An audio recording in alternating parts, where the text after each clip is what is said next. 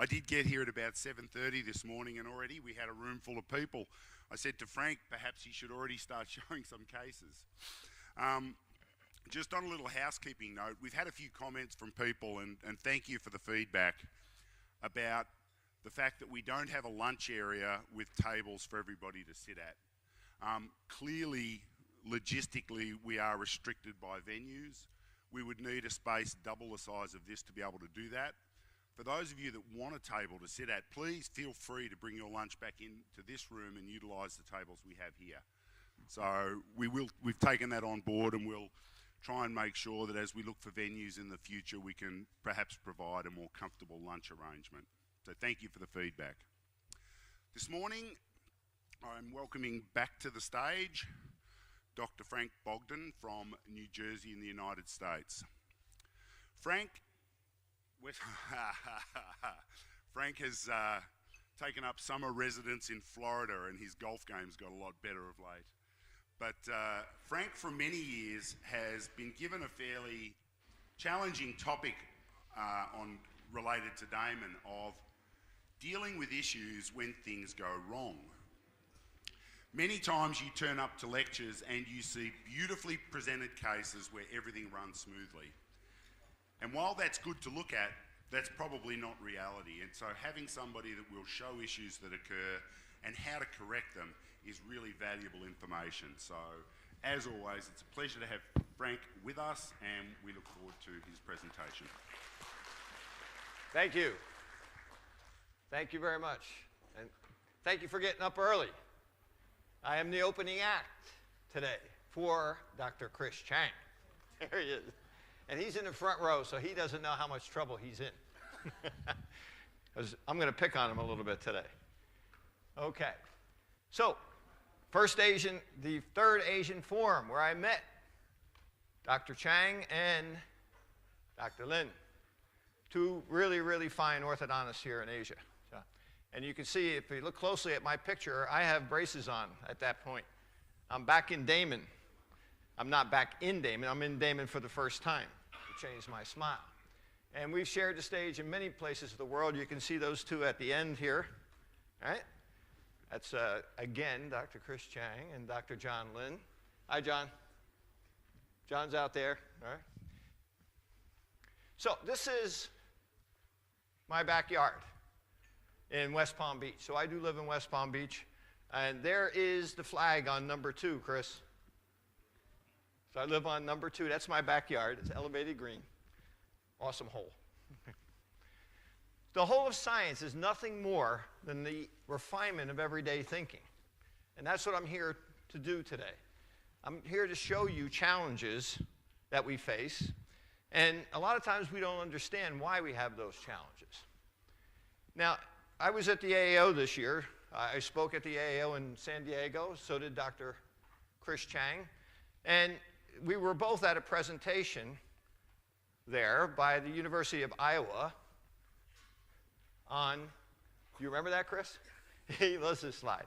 All right, this is what they were talking about. They said there's no evidence for any of these things in this list. Excelodent, no evidence. Damon brackets, no evidence. Tongue thrust and open bites, no evidence. They went down this list, and they called their title Intelligent Practice, Avoiding Quackery, Myths, and Snake Oil. How about that? This is 2017, and these guys are still trashing everything we do. Okay? Every one of those have no evidence. But you know what's really great? We're now number 2. They're hitting Excelodent harder than us. Okay, but how incredible is that when they have no mention of Invisalign? How much evidence is there for Invisalign? Come on, give me a break.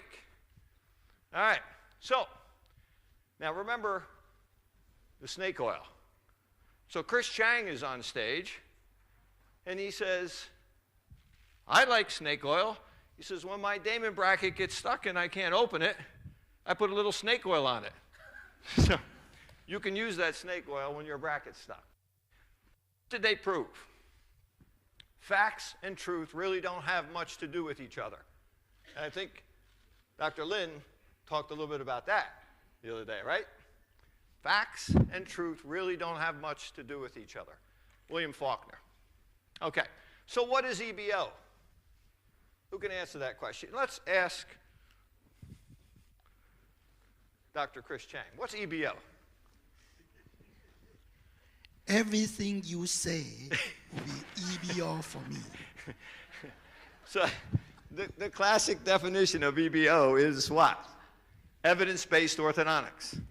And I think you know, Dr. Lin and I and all of us know that there's not a lot of evidence in our profession, period. So they can knock things all the time. But what is really EBO?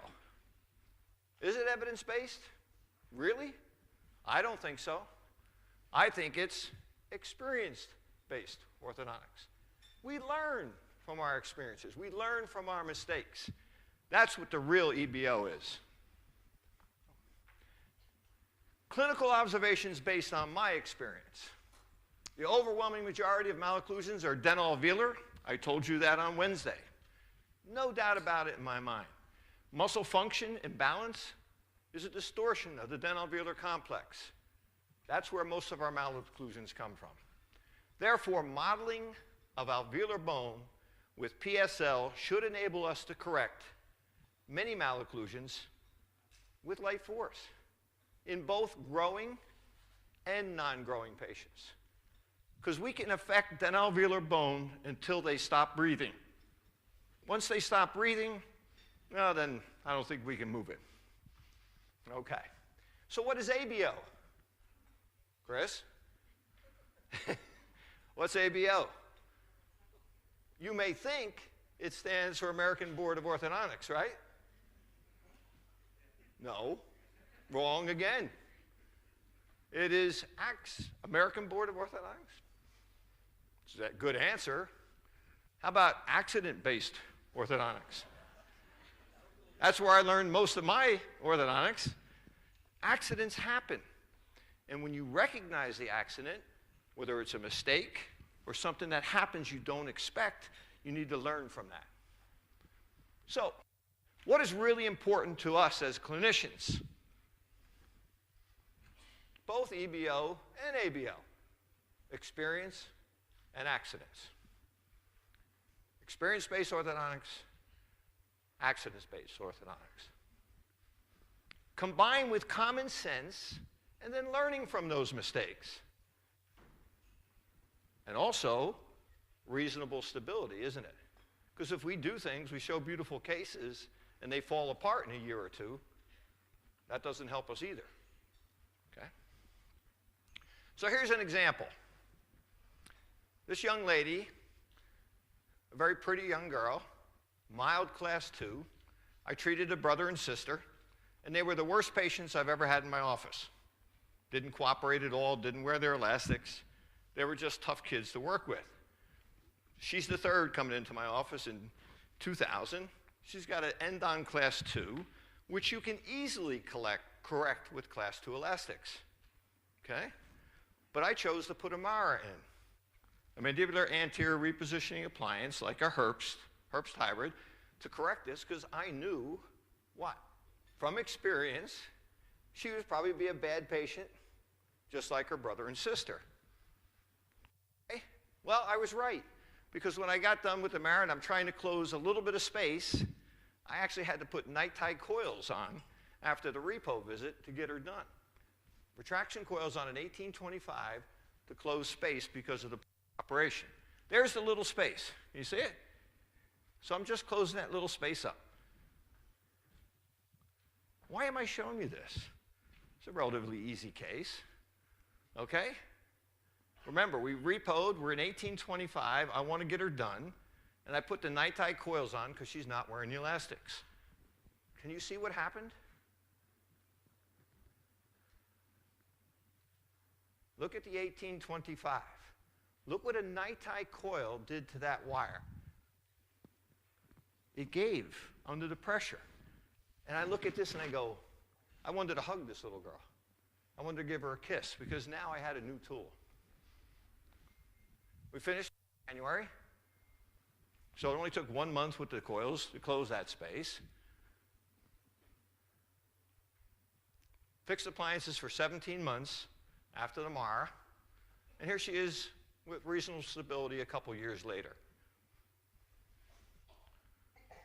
She's cute too, isn't she? Just a bad patient. We all deal with them, right? But what did she teach me? All right, let's show you the next case. She's bimaxillary protrusion. You might say, how protrusive? Well, I would say it's pretty protrusive if your lips don't fit on the film, right?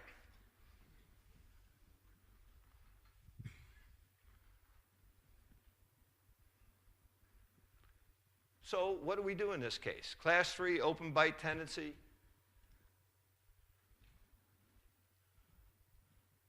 Now remember, this is 2003. And what I'm doing here is very radical. I put a round wire in for 8 weeks, and then we went to a 1425, and all of a sudden I put nitide coils on. Why did I do that? Well, guess who taught me that? I need to close an open bite down and do it quickly because I want reasonable stability. So I've got to get this bite closed down and see if I can control this tongue thrust. Remember? Didn't take me long to use that tool, right? January, December and January, and all of a sudden, first case I see, an open bite, I'm on it. And this was heresy to put a nitide coil on 1425 at that point in time.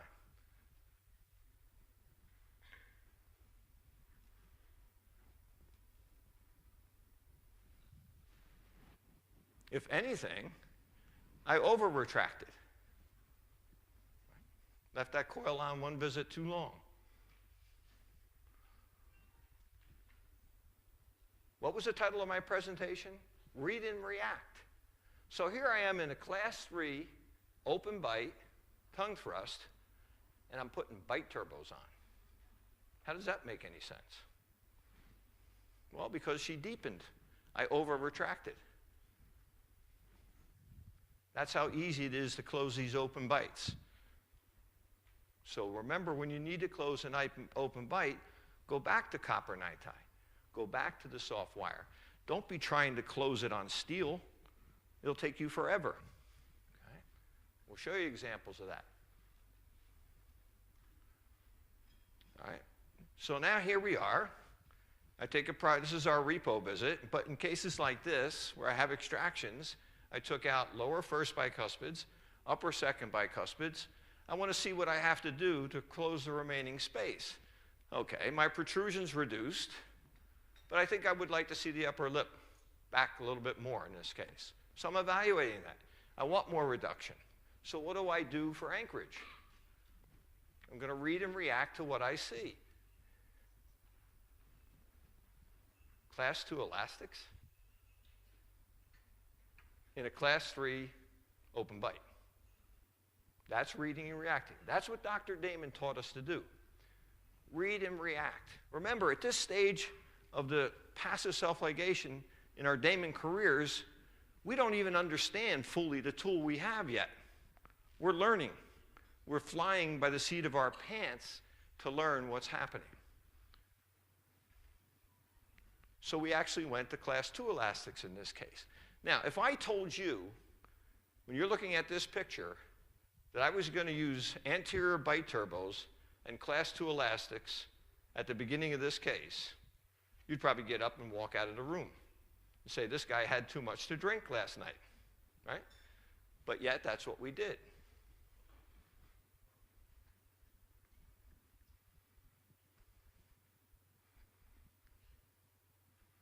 Okay, so there's her finish. 25 months.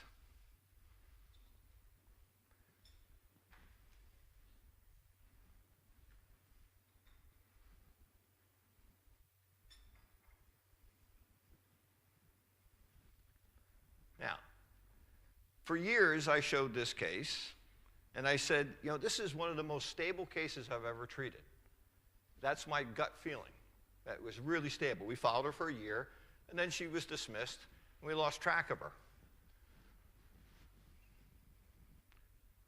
So I had a presentation in NewCon where Dr. Kokich was going to be a moderator, And I knew I was going to get hammered, so I had to develop a presentation based, and I wanted to show some stability.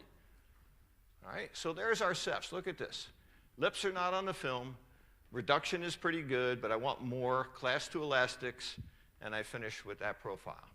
Pretty nice, isn't it? Because Dr. Damon taught me to read and react to what I'm seeing.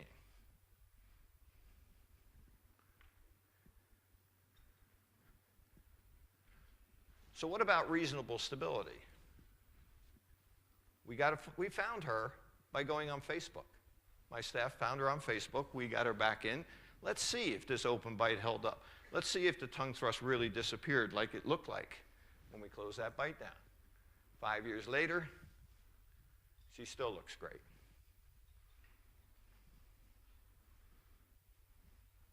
Little toothbrush abrasion. We got her off her hard toothbrush and back to soft toothbrushes. We looked at him yesterday, didn't we? All the things that we saw, on Wednesday, I'm sorry. We looked at him. And I showed you her from university because there are a couple things I want to point out that happened in her case. Remember, she was treated. They were doing Wilco on her. All right. They were going to do surgery, 2 surgeries. All right. They did the Wilco first, and they were going to do jaw surgery, and she quit because we put these patients through so much.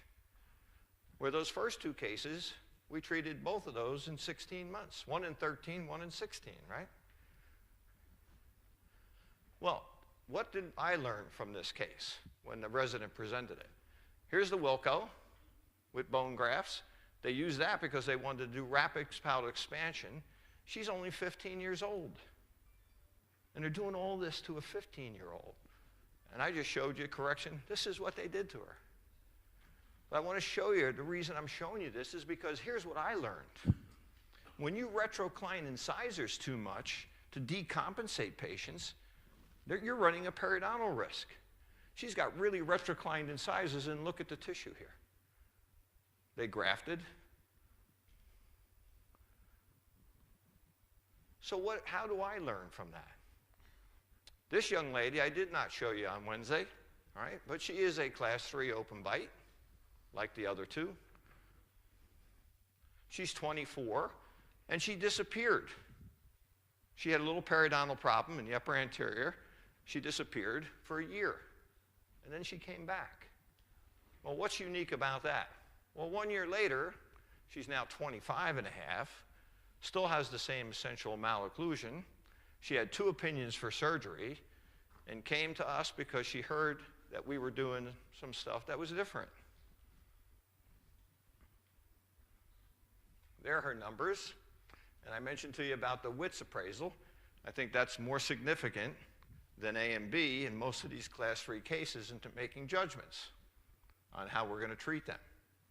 Okay, so there's your class 3, open bite, high angle, all the things that we need that fit the same pattern as you saw in the 2 cases on Wednesday.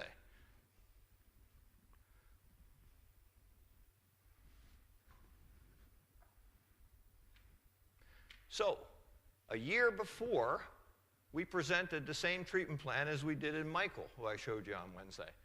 We were going to put level it to steel, put TADs in the palate, and try and protract the entire maxillary dentition forward on the base bone. That was the treatment plan. Okay? I learned that from John Graham. He had showed a case at the forum. So I figured that's a good option because she did not want to do surgery. She didn't come back for a year. But when she did come back, we started her.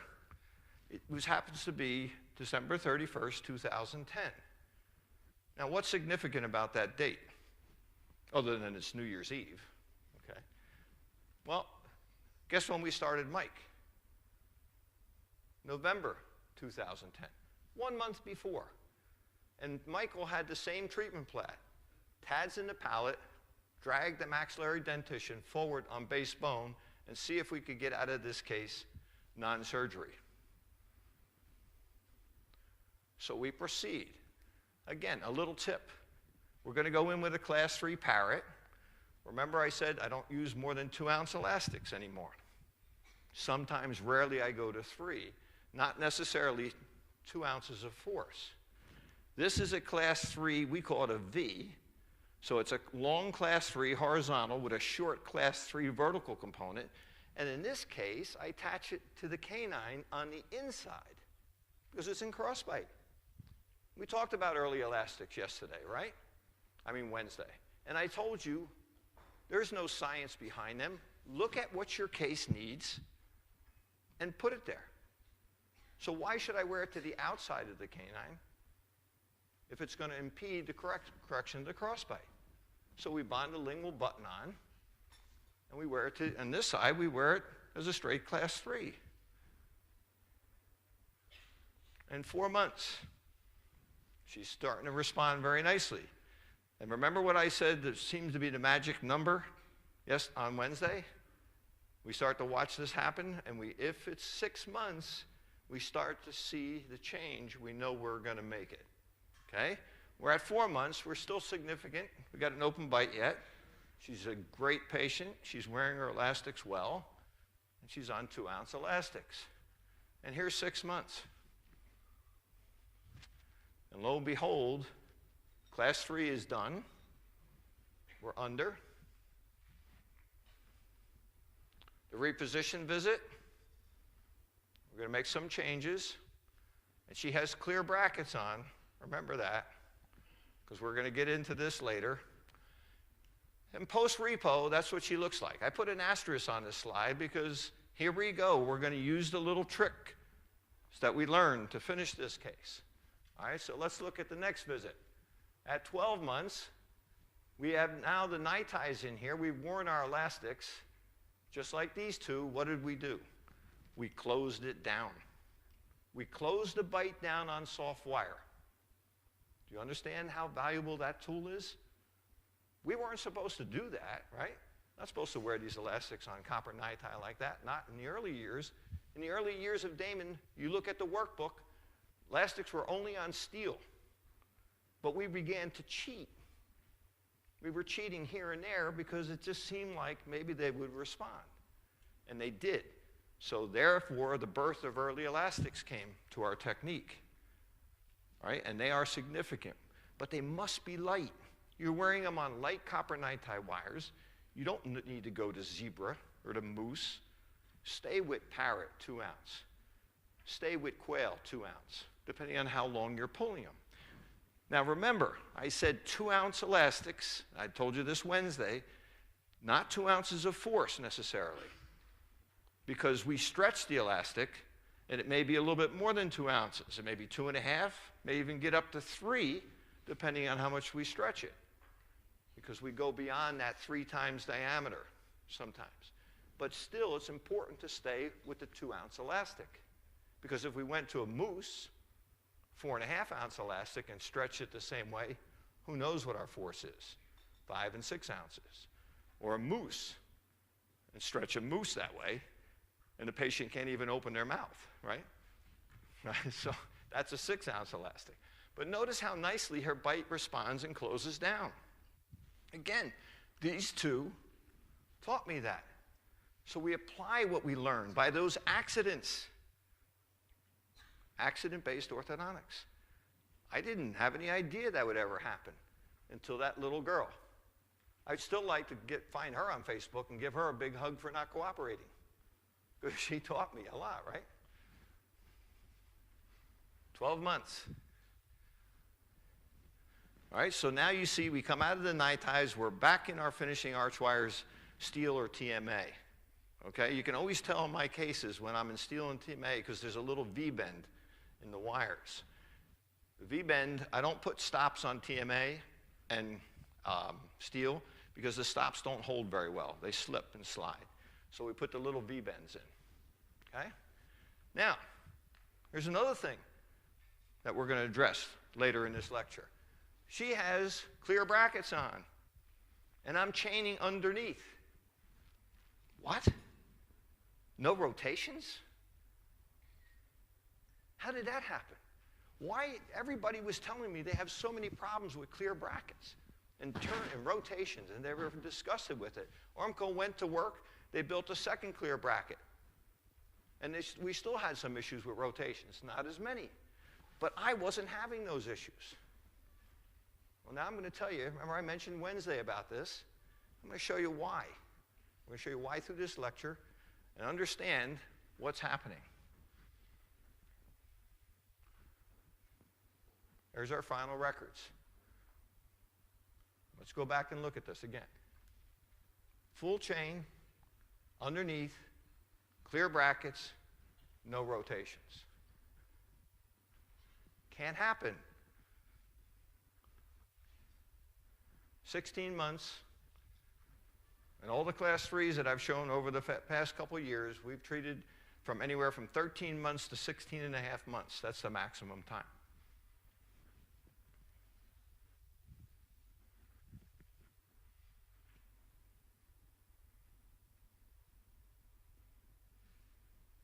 How could this possibly happen? That's why I showed you those 2 cases on Wednesday. This is true alveolar modeling. We are moving dental-alveolar bone on the base bone without TADs, without surgery, because we're using light force. That's what I firmly believe now. I'm convinced of it because we have enough cases, about a dozen, between my office and university, that these patients respond to this light force. And it is not dental decompensation. We're not retroclining these incisors way back. We're not proclining the upper incisors extremely. Right?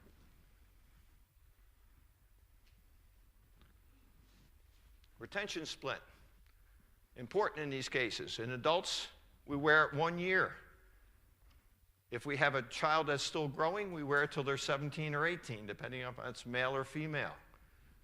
Right? Because we want to make sure that they remain stable. Right? So a non-growing patient, 1 year. A growing patient, till the end of their growth cycle. We put them in this splint.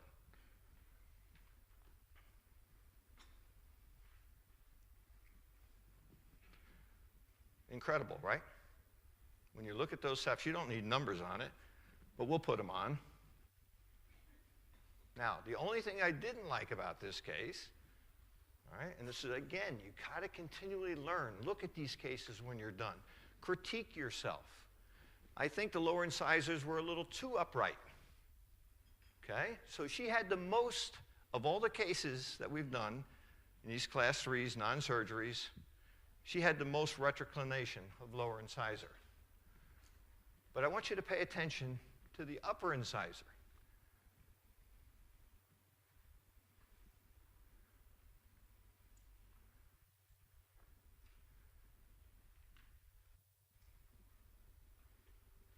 Three years, 2 months, retention. Could she possibly be stable? Reasonable stability.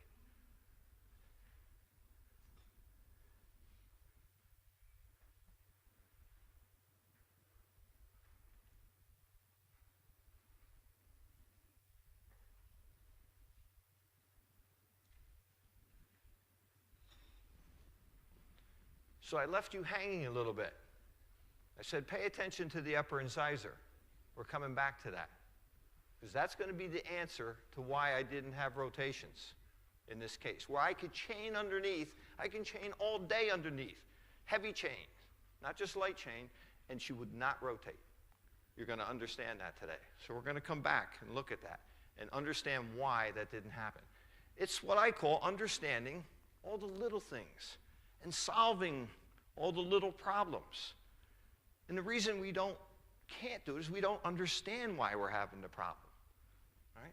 Well, today we're going to understand. Is Dr. Chi here from Singapore? Dr. Chi, are you here? Raise your hand. Stand up, Dr. Chi. This is Dr. Chi. She asked a question of me yesterday about Ravi. Remember Ravi we showed on Wednesday? So I went back to my old hard drive. I pulled Ravi out. We're going to look at Ravi because you reminded me. I went and looked at that case and I said, I only showed you that as an introduction to Sherry, remember? And she asked me a couple of questions on mechanics. So I went looking to see if I still had the case. I didn't have it on my laptop because it's an older case. And I use it, and I only use it for one purpose, to introduce Sherry.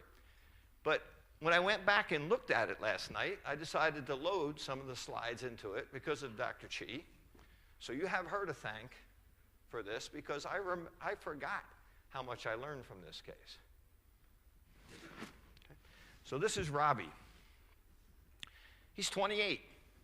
He's got 2 impingements for Sarpi, and I showed you him yesterday and said, how does a jaw not grow at the maxillary suture on one side? Remember Wednesday? Do you remember that? I said, how could this possibly be a surgical case? Why were people recommending Sarpi for him, when a jaw can't not grow at one side? This side is perfectly normal. And I suggested maybe that was over-retention of baby teeth, and the teeth erupted inside. But it made no sense to me that this could be a surgical problem. Based on my experience with functional appliances, I was able to change these maxillas. Now here's Robbie. He's got a great skeletal pattern, doesn't he? And there's Sherry. Remember, I used him to introduce her. She had to collapse on the opposite side. The difference between them were the skeletal patterns. You remember that, right? So Robbie obviously had good muscles, upright incisors, good skeletal pattern. Sherry has a terrible skeletal pattern. High angle.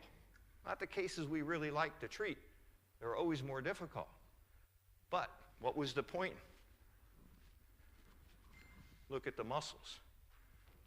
That's why I emphasize muscles. Her teeth are very upright. She's got great muscles. And that's going to change what we can do in this case. When we show you Sherry treated in 13 months, non-extraction, right? And we corrected that class 2. But Robbie's much more significant class 2. So let's look. I just put key slides in. I didn't put his whole case in.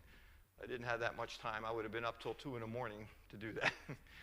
So I drive my wife crazy enough as it is, right, Di? She's back there somewhere. And you can check out her blue eyes today if you want. Okay, so that's what we look like. So what do we do with this side? That's the key.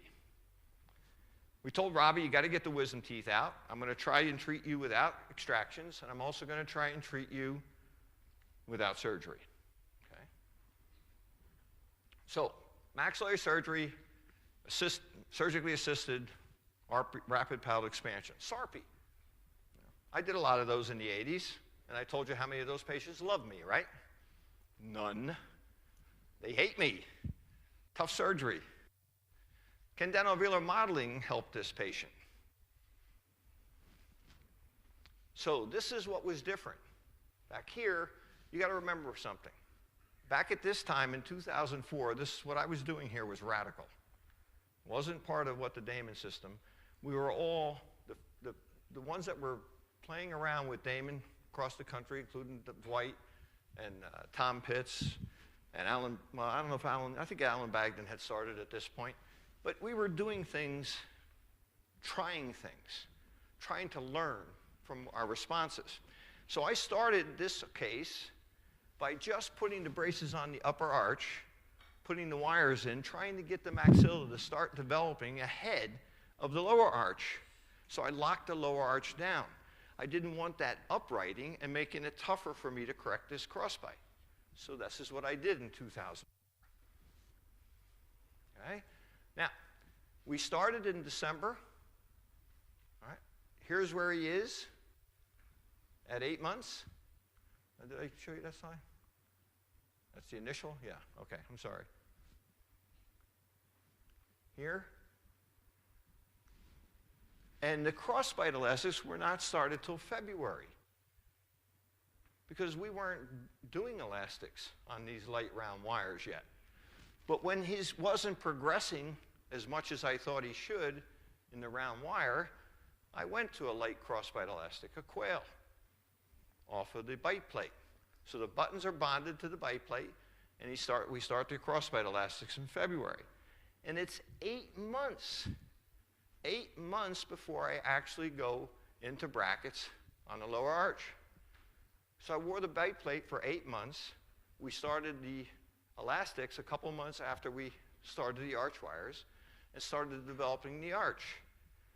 today, I would have started those elastics day one, because now I know what I can do. And this is why I'm showing you it today. This was not something that, you know, I'm not a genius. I didn't figure this all out because I have this great mind. I figured it out by trying things, playing around, right? That's why I'm here teaching.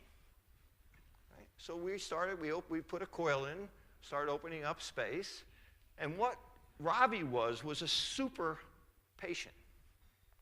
He wore his elastics like a trooper. I forgot how good of a patient he was. And that's why when I got that question yesterday, I wanted to show you this, because it's unbelievable what this guy did. Remember, he's 28 years old. He's on Wall Street. He's a trader. And the question was asked, what I used elastics. So for Dr. Chi, I started out with just a class 2 on this side, and I went to bilateral class 2s because he was getting a little bit overjet. So for the first 14 months, I wore 1 class 2 on the left side. At 14 months, we went to 2 class 2s, bilateral. So here they are. You see the overjet because the coil was too powerful. But I didn't have a lot of choice. I had to use a small coil.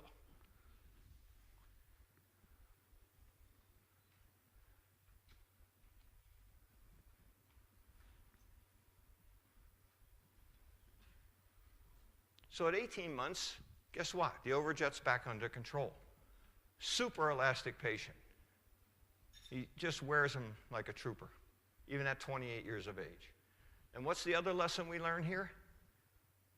If you don't see this happening in your cases, they're not wearing their rubber bands. Just confront them nicely. Right? Confront them, but they're not wearing them. If you're not seeing this stuff happen, I see it at university all the time, they're not wearing them, period. So you just got to approach them and say, listen, I understand you're supposed to wear your elastics 24 hours a day, right? Do you wear them? Yes. I wear them all the time. I said, after lunch in school, do you sometimes forget to put them on? Sometimes. When do you put them back on when you forget? Before I go to bed. And all of a sudden, you get the truth, right? Okay? But ask that way. Ask nicely. Don't hammer them. Don't badger them. You'll get more with honey than you will with vinegar, right? You've heard that expression. Okay? 18 months. Case falling into place. We finished him in 21. Now, I can critique this case. You see my laterals? Didn't have enough low torque. I mean, it's not perfect. But this guy loves me because he had 2 opinions for surgery, right? He wears elastics. So, I mean, there's issues.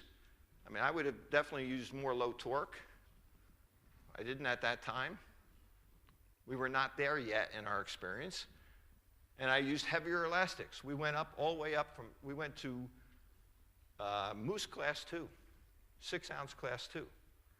Now, what I will tell you today is I'll bet you if I was to retreat this case, at this point in my career, I would never go past 2-ounce or 3-ounce elastics. I would have used Propel on this side. That whole buccal segment, I would have propelled it to make it move easier. But 21 months still is not bad, right? I mean, for a case of this nature, take a full Class 2 molar. Remember, we told him to get his wisdom teeth out.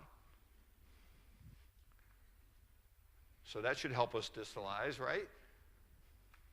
And the answer is wrong. Because when we took his final pan to evaluate for debanding, guess what was still there? His wisdom teeth. I looked, I said, Robbie, we sent the order for that out when you first started. You didn't get, he said, Doc, I've been so busy. You know, I'm a trader on Wall Street. I just didn't have time to get it. I said, you got to be kidding me. So all that happened with the wisdom teeth still there. Look at them. And to show you that, here's the fresh extraction. So look at this. He got him off. He got his wisdom teeth out 5 or 6 weeks before we took his braces off. I said, thanks, Robbie. Made my life easier. Right? Can you imagine? All that happens. So what does that prove to us? All right. What does that prove to us? Is it about distalization, or is it about modeling of the alveolus? Is it about the transverse, that all that room came? So I hope that answers your question. Thank you for asking that question. All right, because I was blown away. Even last night I was blown away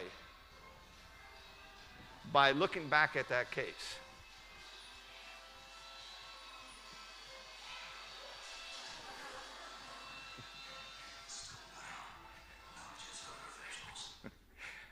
So, yeah, I got to throw in some humor. I know it's early in the morning, I got to try and wake you up. Okay. So, how crazy is that that could happen, huh? All right, and the wisdom teeth were still there until 5 weeks before we took his braces off. And we were still able to get that maxilla. And can you see tipping? Do you see tipping, or do you see bodily development of that maxilla? 2004-5, when we treated this guy. And again, the lower incisors went from 97 to 107. So they're a little more flared than I would like, but he is a low-angle case, so it's acceptable. But I think I wouldn't have flared him that much if I used lighter elastics. And I still think I could have treated this with lighter elastics. I just wasn't there yet in my thinking. We're only using really light elastics, as I told you Wednesday, in perio cases and cases with severe crowding.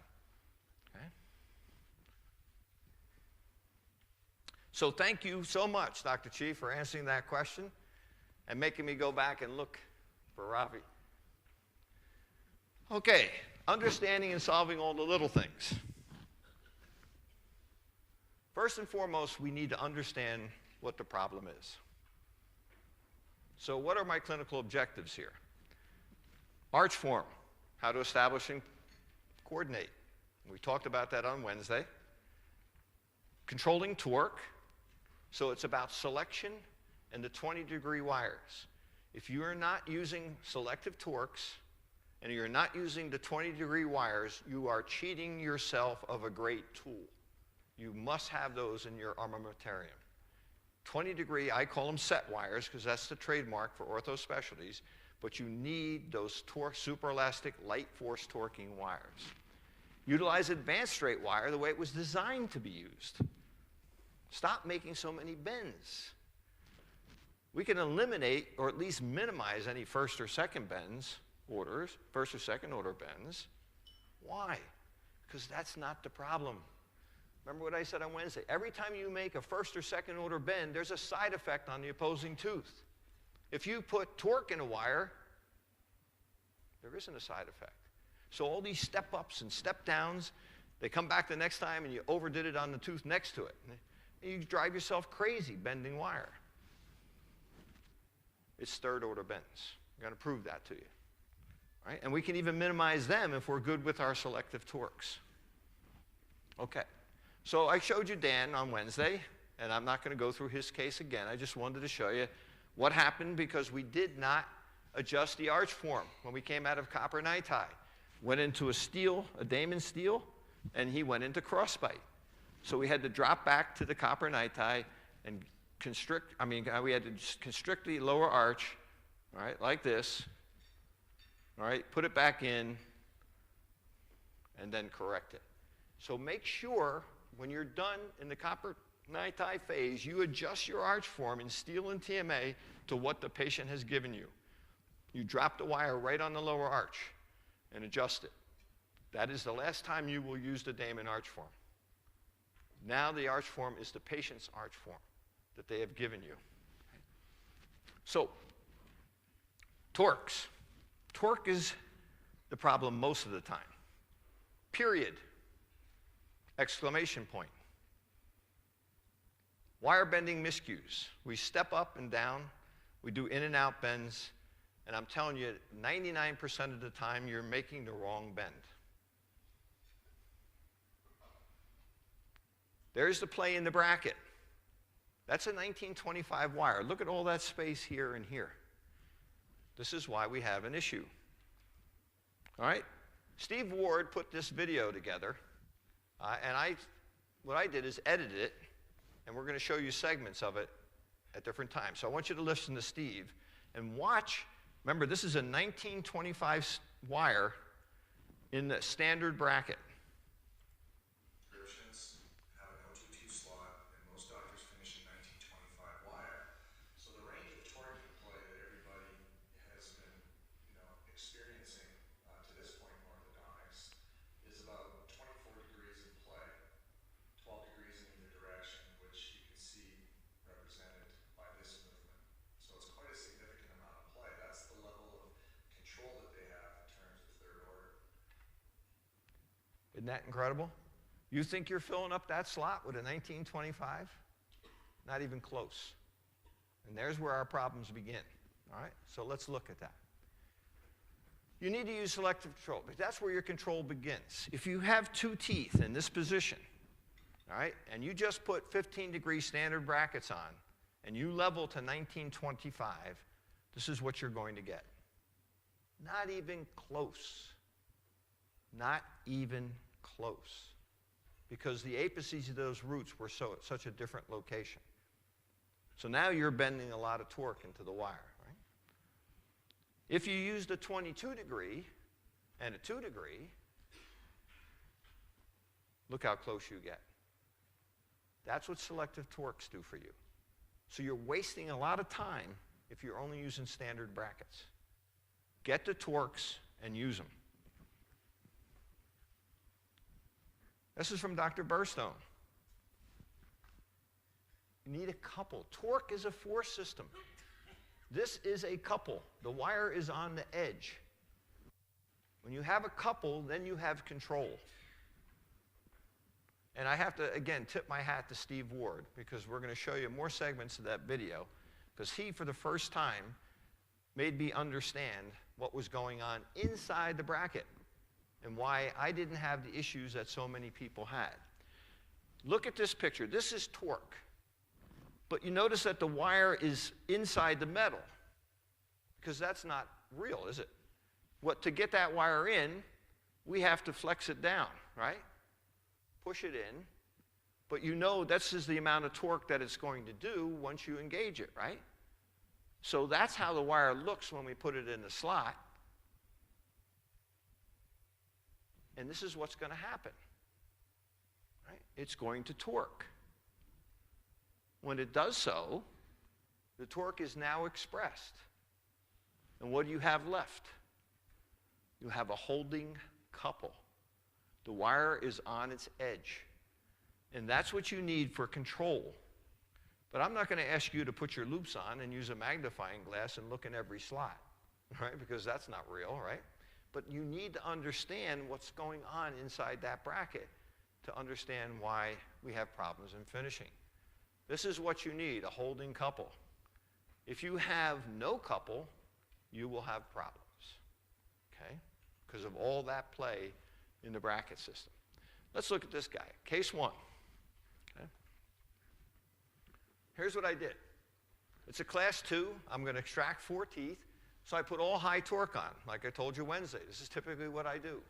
All high torque, because I'm using class 2 elastics. I'm going to detorque those anterior teeth, plus I'm extracting. So that was my natural reaction to do that. Should I put low torque on those? I didn't think I needed it. So let's see what happens. Here's the initial. Got my level to steel, put my retraction coils on. Notice I'm keeping my canines class 1 like I showed you on Wednesday. Keep those teeth class 1. We finish them. And it's not a bad looking result, right? Or wrong? Right or wrong? Not too shabby, right? Look at the laterals. Is that going to make a difference in his case? Look at the reduction in the protrusion from the extractions. All good, right? Everything is good.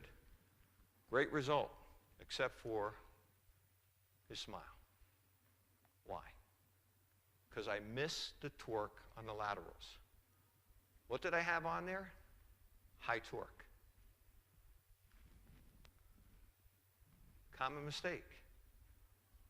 I should have changed them out to low torque, right? Because when we look at Calvin, and even though that looks like a pretty darn good result, and I don't think anybody would be ashamed of that case, if you showed it on the table or the models or the photos, take a look at Amanda when the torque is right. And take a look at their two smiles. What smile would you like for your patients? Right? How little that torque problem can cause with your smile. Takes a good case and makes it a great case when you get the laterals and you get the torque right. So, is this just a Damon issue? I mean, I hear people complaining about the Damon bracket. It's terrible that it doesn't have enough low torque on the laterals. My laterals are always flaring. And well, this is a case from university. And I'm sorry for the photos, a little blurry. That's active clip. GAC. Look at the laterals. So it's not and across MBT cases, it's the same thing. And if you're here, it's MBK, right? You go shopping. I looked all over that whole market, and I couldn't find lateral brackets, by the way. So MBT has the same problem. Everybody has the same problem. There's not enough low torque on our laterals. But we're so damn perfectionist. We're such big perfectionists in the Damon system, right, Chris? We're so good at what we do that we want perfection because we're changing people's lives. So we need low torque for laterals. Right? So now, today, most times, I put low torque on those laterals. And that's what I'm going to tell you to do. 99 times out of 100, go to low torque. Don't even think about it. But I'm going to show you some times when you absolutely have to do it. Case 2. Did I learn from that? All right, deep bite, class 2. I'm going to wear a lot of elastics again. What should I do? Initial ceph. So good skeletal pattern, good face. We need turbos on to open vertical. All right, that's why his lower lip is rolled down there. Decent incisor show.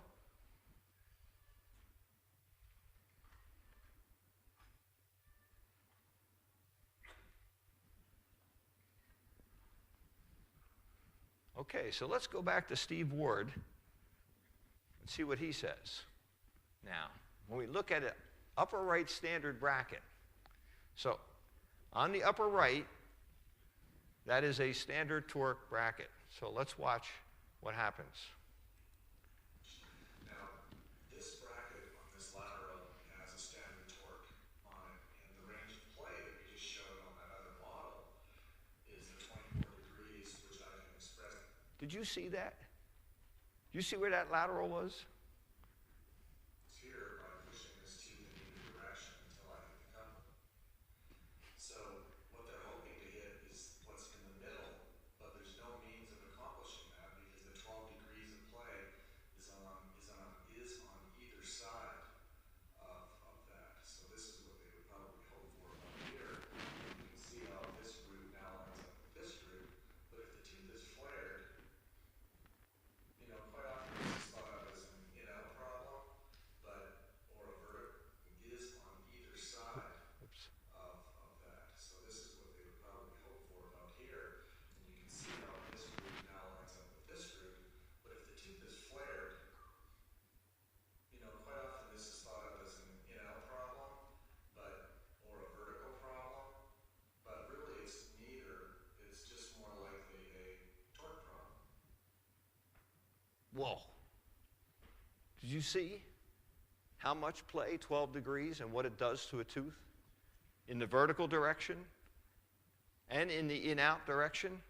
In first and second order, do you see how off you can be? And the bend you should have made instead of step in or step out or step up or step down is what? Torque. Okay. Crazy. So, I put high torque brackets on.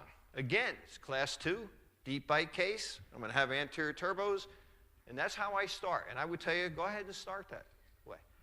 Because most times you will be right, all right?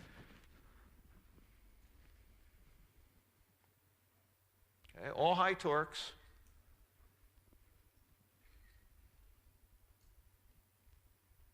shorty twos. I mean, it's just a routine start of my cases today. Those turbos are a little bit long.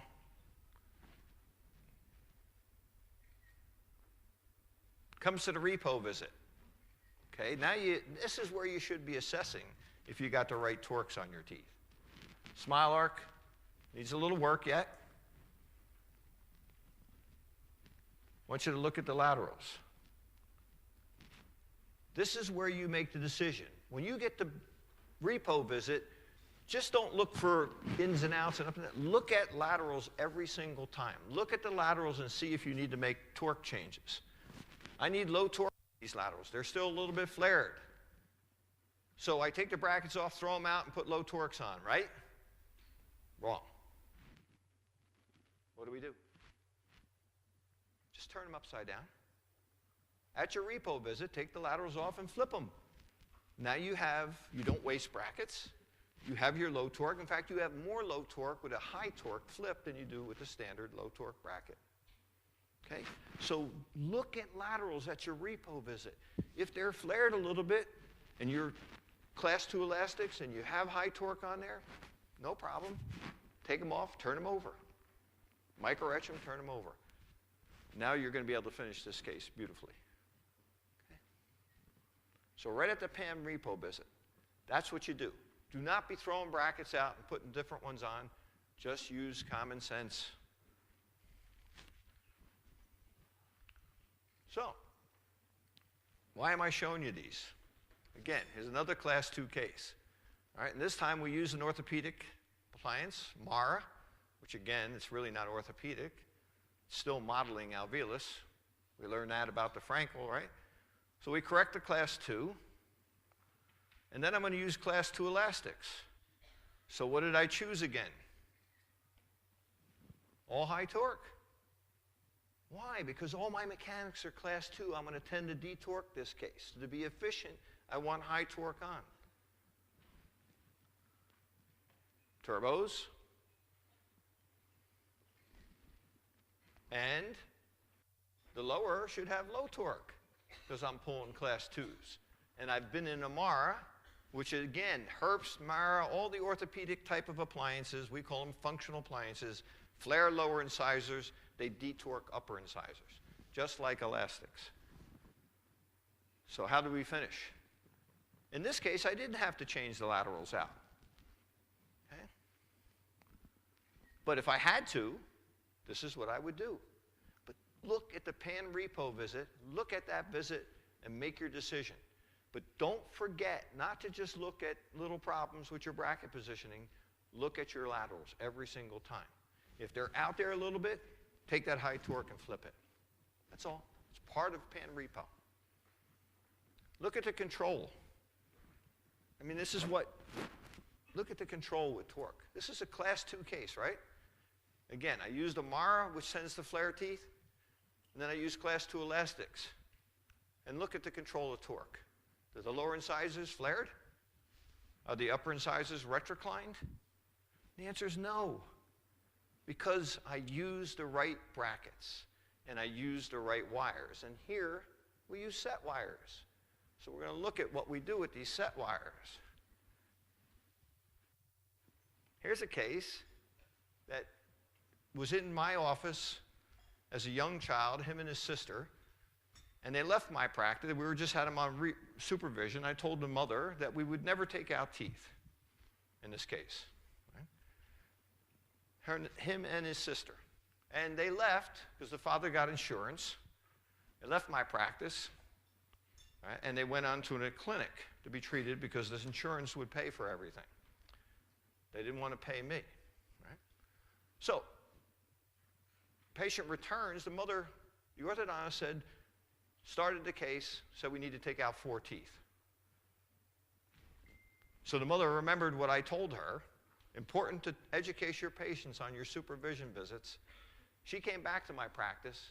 I told her to get the brackets off, and then we're going to treat him. We're going to treat him non-extraction. Stage 1 Mara, so we're going to put a Mara in him, and partial fixed appliances.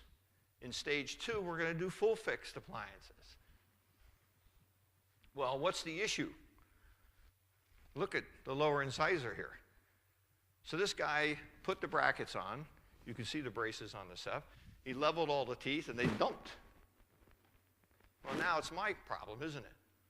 So you can't put a class 2 corrector in this case to start because his lower incisor is going to end up in his hand. Okay? Right? So what do? You got to align them first.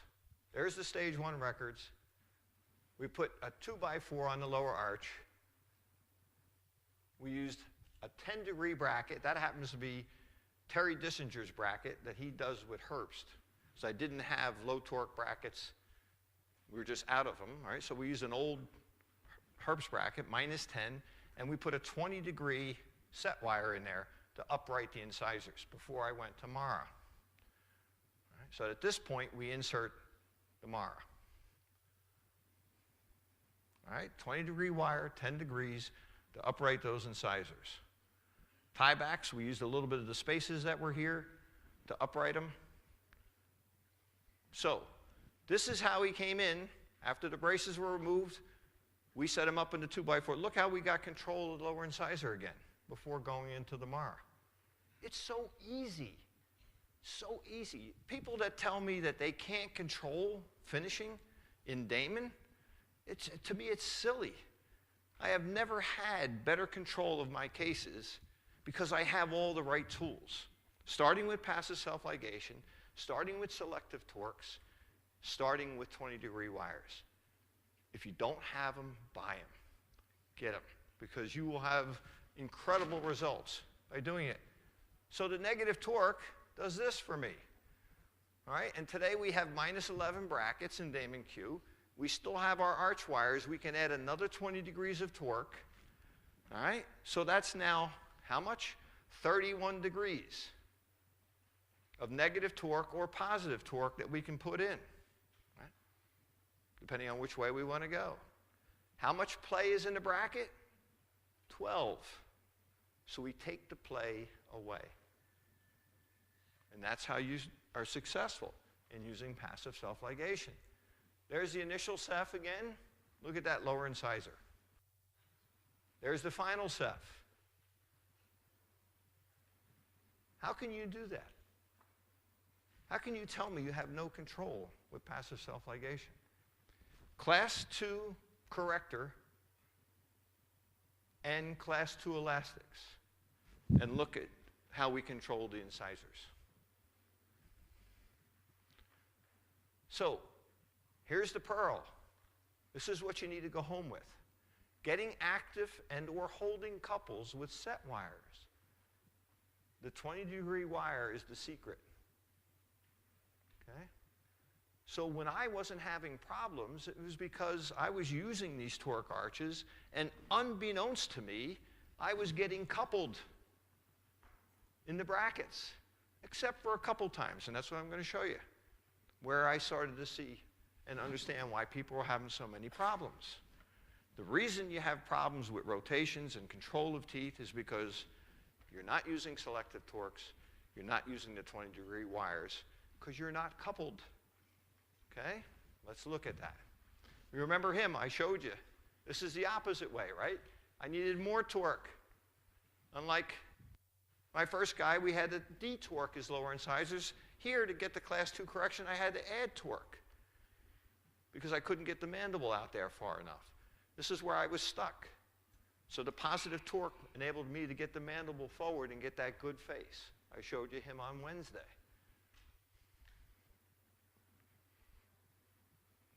See, he's still way de-torqued, so the mandible can't get out there any further. To get his chin where I needed, I'd have to put him into class 3.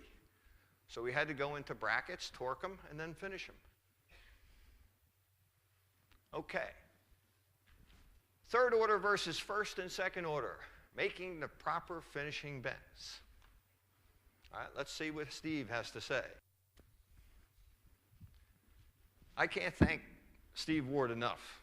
I should call him Dr. Ward because, man, he made this, for the first time I understood.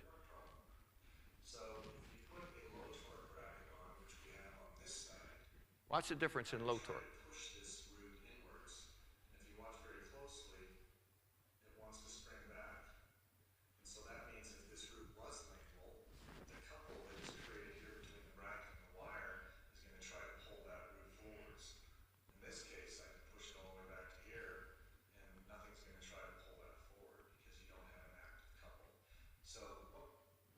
Did you see the difference in those two laterals? How much you can move the one with standard torque back and forth, and how little you could move the one with low torque? That's why. Okay? Understand. Watch. All right? Here we got torque influence on in-out position. How many people are going to step that lateral in? Or step it out? I'm going to go back and forth. Whoop. Step it in. Step it out. And what's the problem? Torque. Here's your pearl.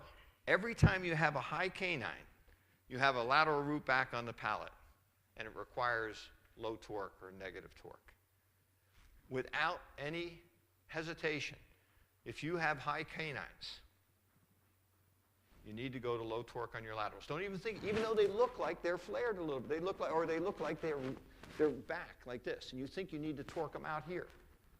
Wrong, because what you're looking at is the crown, where the root is, and if you look at 3D, you'll see that. Right? So, where's the high? This is Jennifer. Remember Jennifer yesterday? This is Jennifer. Remember this lateral? Only one side, high canine. Look at the laterals. Step in bend or torque. We finished her by torquing. And this is the telling picture right here. This lateral, sure, looks like you need to torque it, right? Everybody looks at this and say, wow, that's really retrocline back here. I need to put a high torque bracket on that. But when you level in a line, you can still see the root is back compared to the other lateral because there was only one high canine. So it's just amazing when you look at the cases and what I've seen after, like I said, when I re-look at these things after Steve Ward. So what did I do here to finish it? Torque. Took torquing keys, rose torquing pliers, put a little bit of torque into the TMA wire to finish her case. All right? So that's what we were dealing with. It looks like you need to step it in, but it's not. It's the root that's back. And that's all it took. There's those beautiful blue eyes. Okay. Hi, Di. My wife's in the back today. Right? And that's all it took. A little bit of torque. She was going to sit next to Chris Chang, but I warned her. No, I'm only kidding. All right? It's the same in vertical position. Watch this, right? Standard upper lateral. You're going to step that up, step it down. It's crazy, isn't it? Look what torque does. So we look at this case head on. We either change the bracket or we step the wire, right? And it's torque. Space closure. We taught this for a long time. Chains under with spaces to close. I would still tell you to do this. If you're closing spaces, you still have lots of space, chain under your arch wire. If you're worried about side effects, if you're not sure if you're coupled, then chain on top when you're done just to hold things, or you know, because you will rotate and tip, right? Chains over when the spaces are closed. You can put tiebacks on or lace figure 8 or position. You can do 2 to 2, 3 to 3, occasionally 4 to 4. I do not lace a whole arch ever. It's just a pain in the neck. It takes too much time. So I'm going to lace 2 to 2 or 3 to 3 most times. Right? And then stay off the chains. But if you know you're coupled, you can chain away and never have a problem. Right? I showed you this. Right? Tip, finishing chains for space closure. Right? So we're under because we're closing up little spaces here. So that's fine. Usually you're not going to have an issue, even if you're not coupled. Right? But here, there's no spaces. We chained, and you see the lateral rotating down there? Why? It's not coupled. It will not happen. Right? And it's the same with angulation issues. Take a look at this case. You see that central incisor? Left central, right? That central drove me crazy. Now, this is a severe periodontal case. Right? So she has no bone. And this tooth kept moving around on me like crazy. right? It started tipping. It would do this. Again, there's no bone. So the tooth would do this, it would do that, it was going all over, it was rotating, it was going in. And I'm saying to myself, man, what is going on with this? This tooth is driving me crazy. I kept stretching the change more. We were using wide link chain, light force, but I knew she had no bone. This is her. This is Pooja. I showed her for years. You know, she's a periodontal juvenile odontitis case. All right? And nobody would treat her. She had 4 opinions from orthodontists in 2 different states. Right? Nobody would treat her. And it's scary to treat her. Why? Because she has no bone. Look at this. Look at the bone blowout she has. Now, she goes to my periodontist in Jersey City, 1 town away from me, and Nancy Kim calls me and says, I have this unusual case. She's really got severe periodontitis. She's a young girl in her 20s. He said, would you take a look at her? Do you think you could treat her? So I said, sure, send her by. Let's take a look. I took a look at that Panorex before I went into the room. I said, wow, never dealt with anything like this before. I mean, this tooth is the only one that we're going to extract ahead of time, but she's got guarded prognosis on 14 other teeth. Guarded, extremely guarded prognosis on 14 other teeth. So I say to her, okay, I'm willing to take a shot at treating you as long as you do your due diligence, brushing and taking good care of your teeth, and seeing Nancy, Dr. Kim, every 2 months. So you need to be strict, and I will attempt to treat you. She starts crying. She starts bawling in the exam room. And I said, are you that upset about wearing braces? She said, no. You're the first guy that said you would treat me. Nobody would touch her. Can you blame him? Because it's like a malpractice suit waiting to happen, right? Periodontal cases, light forces. This is where I was starting to learn 2 ounces of force and go slow in the round wires like I talked about Wednesday. What I didn't get at this point was, why wasn't I doing this in every case? I was only doing it in these severe perio cases, and I was only using 2 ounces of force in these severe crowded cases. You know, it didn't translate until 2010 with Michael, the class 3, into every case. Okay? So let's see why we have problems. Now I understand why I had a problem. I was blaming the bone. I was so frustrated this tooth was dancing around like this on the arch wire, and I just assumed, you know the definition of assume, right? I don't know if you know the English version of that, but you make an ass out of you and me. It exists. Now Watch. This principle also applies in angulation. If you take this and you rest it on the couple, put it in the center near the midline where the tooth would be, and then hit the couple, just pushing down gently, and then try to move the tooth from side to side from a second order perspective. It's snug and tight, indicating that there's control in that assembly. But as you move, again, maybe you put your finger here to support it so it doesn't slide. If you move side to side, as you go through that torque range of play, you can see that there's significant angulation play that is introduced until you hit the couple on the other side and it tightens up. So another... That's what's happened to me in her case. Every time this thing was going all over the place. And I just said, it's the bone, it's the bone, it's the bone. But until I saw Ward's video, I went back and looked at it. How dumb of a conclusion was that on my part? Because there was no more bone on the other central that wasn't moving. So what did that tell you? The other central was coupled, and this one wasn't. I didn't use a 20-degree wire in her because of her bone condition. I was afraid that was too much force for her, even though routinely I would use a lot of those 20-degree wires. So now I understand I wasn't coupled. So as I continued to change, you see it? It's dancing. It was dancing all over the place. And it just drove me crazy. I blamed the clear brackets. I blamed, and it was never any of it. It all had to do with torque. Look at this. So I was really struggling with trying to finish her. It just kept dancing around all over the place. But the other central never moved. So my conclusion was dumb, right? I'm looking at two teeth and only one's dancing. Until I watched that video, I finally realized what the problem was. It was always a third order issue. It wasn't coupled, it wasn't torqued. Okay. So these two centrals were obviously just a little bit off. The apices of those roots were in a little different position, and unless I put torque in there and coupled them, the one was dancing and the other one was torqued. It was coupled. Okay? So that tooth that was dancing was like this. That's her finish. Took me 25 months. I've showed this case a lot around the world, so I hadn't showed it Wednesday.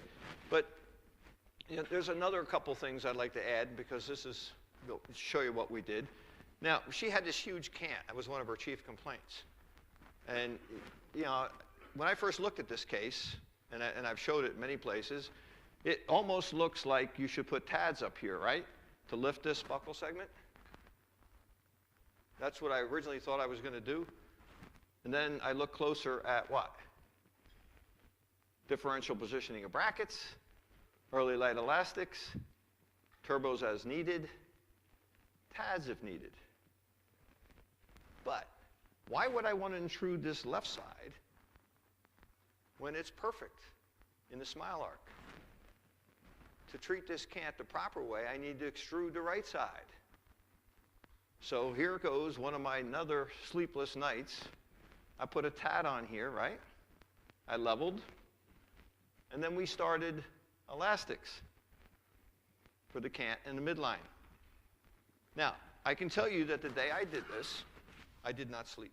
I went home, I went to bed, I laid down, I started to go to sleep, right? And I said, oh my, what did you just do? You just put vertical elastics on teeth that have no bone. I figured, oh man, she's going to be in tomorrow with the teeth in her hand, right? I'm saying to myself, how dumb could it, but guess what? It's not an issue as long as you stay with 2 ounces. Keep your forces light. Never was an issue. And in fact, in her, look at the cant, how it's working out for her, 14 months. In fact, every single pocket depth in her mouth got better except for 4. And the 4 that did not improve stayed the same. Nancy Kim. 4 stayed the same. All the other pocket depths got better. Pretty incredible, right? That's what life force does for us. How about rotations and torque couples? Okay, again, let's look at what Steve has to say. What did this man teach me? By the way, he's a sales rep from Canada who never stops thinking. That's why it's great to couple, which we are. It's great to have a partnership with Ormco. I mean, I don't consider people like Colin Mathewson and Sandra Diver, I don't consider them Ormco people. I consider them family. Because they've helped us get through this. When we have problems, Ormco goes to bat and starts working on that problem, starts developing something. These people are part of our orthodontic family. And because they're always trying to help us get better. And then I'm hitting a couple when I push it up to the top, and you can feel it very clearly. When you're on the couple, if you try to turn this little disc from side to side, like a steering wheel, what you feel is that you can't. And the reason that you can't is because when the wire is diagonal in this slot, it fills up the slot and takes up the play. So I can't rotate it from this position, but if I move it through that torque range of play, and if I just support it with my finger so it doesn't slide around the wire as I do it, you can see that there's a bunch of rotational slop that's introduced. Amazing, right? When you get to the couple on the other side, again, it disappears. So if you're hitting a high couple, or if you're hitting a low couple, you've got rotational control, but anywhere in the middle, you've got some play that exists. Now this... Isn't that amazing? So you are chaining, closing spaces up, and you're complaining about your lower incisors rotating, right? Or you're complaining about upper side. They're not coupled. Now that you know that, go in and make sure you get couples. Use the 20-degree wires. Use your selective torques. Because if you're not using them, that's why you're getting killed in trying to finish a case. All right? Those are the little tools, and I wasn't having these problems except in very isolated situations. Look at the rotation on this one. Take a look. So let's just look at that isolated for a minute. All right? Look at the correction. I'm chaining it, right? And look what happens to the tooth. Not only goes from this rotation, it's now rotated inside. You see it? It starts to overlap the other tooth and turns inside of that tooth. Why? It has no couple. So from that crazy rotation, it goes the opposite way because I'm chaining. Right? So what did I have to do? To finally finish it, I had to put torque in the TMA, one bend. Rose torquing pliers, put one torquing bend, and I fixed it. Had nothing to do with the Damon bracket. Had nothing to do with the chains. It's all about torque to fix that. All right, so now remember her? I said I would show you what the chain, look at that chain under. I'm chaining with clear brackets, and I have no issue. How does that happen? Remember I said that when I showed you her case. Well, because I had holding couples. Why did I have holding couples? Look at her upper incisors. They're at 122, and I'm wearing class 3 elastics. Where is the finish on that? 112. How could I wear class 3 elastics and go from 122 to 112? How could I de-torque or control torque like that? It's because I had low torque brackets on our anteriors, and I used 20-degree, minus 20-degree wires to counteract the flaring of class 3s. What I wasn't thinking about, and I should have, is I should have had positive torque in the lower, so I wouldn't have retroclined her so much. So this is what I'm learning when I look back at these cases. Right? So the holding couple came from the low torque brackets plus the negative set wires. So there's no way chaining could cause that problem. She was detorqued minus 10 degrees with class 3 elastics. That's how much control. And that's why chaining did not make a difference. Remember I showed you her on? It's the same thing. Look at this chain. You can't get any tighter chain. That's the no-link chain, right? I'm finishing her space closure with that chain on clear brackets because I used positive set wire in her, right? They did not rotate. There you go. Clear brackets. So we need to stop complaining about our brackets and start thinking about our mechanics. You know, Burstone was an amazing guy. I mean, he's talked about torque for years and biomechanics for years. And Steve Ward just made this great video to help us understand why we have these issues. All right. Now, another thing I do, and I mentioned this, was rotating. When I have rotated teeth, I position my brackets. I offset them. I want you to do this in every case. Offset them a little bit toward the rotation because you're going to create a couple in the other direction. We're talking about couples with torque, right? That's buccal lingual. What about this way? Think about it. If you put the bracket off to the center toward the rotation a little bit, you will couple and never have an issue with that rotation once it's pulled out. And you don't have to change the bracket because there's a lot of play in there. But it will be a holding couple in the other direction because it stops at the point, right? So we offset those brackets. Those canines are rotated mesial. I put them way mesial. The two laterals, lateral and central on the left side compared to the two on the other side, offset them. It'll never be an issue.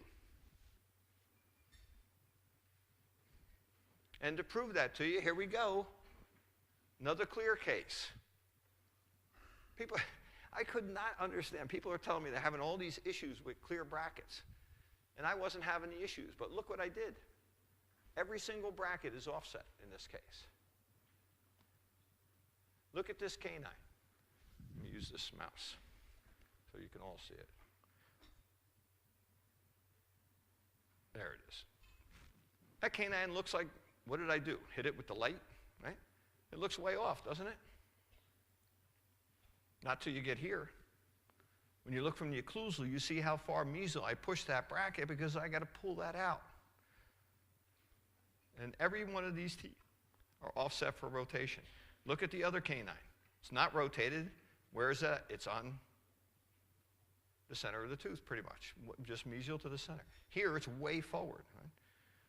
Where's the mistake here? This is offset for rotation. This is offset for rotation. The mistake is right there. Right? Where should I be? This bracket should be here. Right? Because the rotation. So I missed that. My assistant hit it with the light. My son put it on. I didn't have a second cup of coffee. You heard me say this on Wednesday. I mean, nobody's perfect. Now, I don't know what happened, how I did that, because it's obvious to me where I had to put that bracket. So this is the day we put the 1825 in. Okay? Look at the control. All the rotations are out, except for what? Okay? So guess what I'm going to do at repo visit? I'm going to change that one bracket. That's the difference. So, you see the alignment? This should be tucked in. This one came out. This one also came out, but for the wrong reason. Okay? The bracket should have been more mesial. Simple as that. So don't hesitate to offset the brackets. I learned that in straight wire in 1980s. We did that in conventional brackets for years and years. It's so much more important in passive self-ligation. It's going to help you control your cases. Right? And metal brackets are the same. I mean, we offset them. You can see that upper picture, right? You see where this young lady is Filipino. She's got those big marginal ridges. Right? She's even got them on the labial. Most of them we see on lingual. Okay? And she's got them on the labial, so you don't offset your bracket onto that ridge, but just move it right to the ridge, and you can see in 10 weeks those rotations are pulling out. All right? This is the day that 1425 is going in, and already you can see how much the rotations are correcting on a round wire. One round wire, a 1-4, and those rotations are coming out. 1425 went in today. Okay, that day. Okay? That's how simple it is to take those rotations out. Simply the offsetting of the brackets. And here, again, unilateral bite turbo. If you can't get your turbos on the anteriors, and it's a deep bite case, stick an anterior turbo, stick a molar turbo on the cusp tips, and move it back and forth if you have to. But in 10 weeks, you're starting to get the correction you need.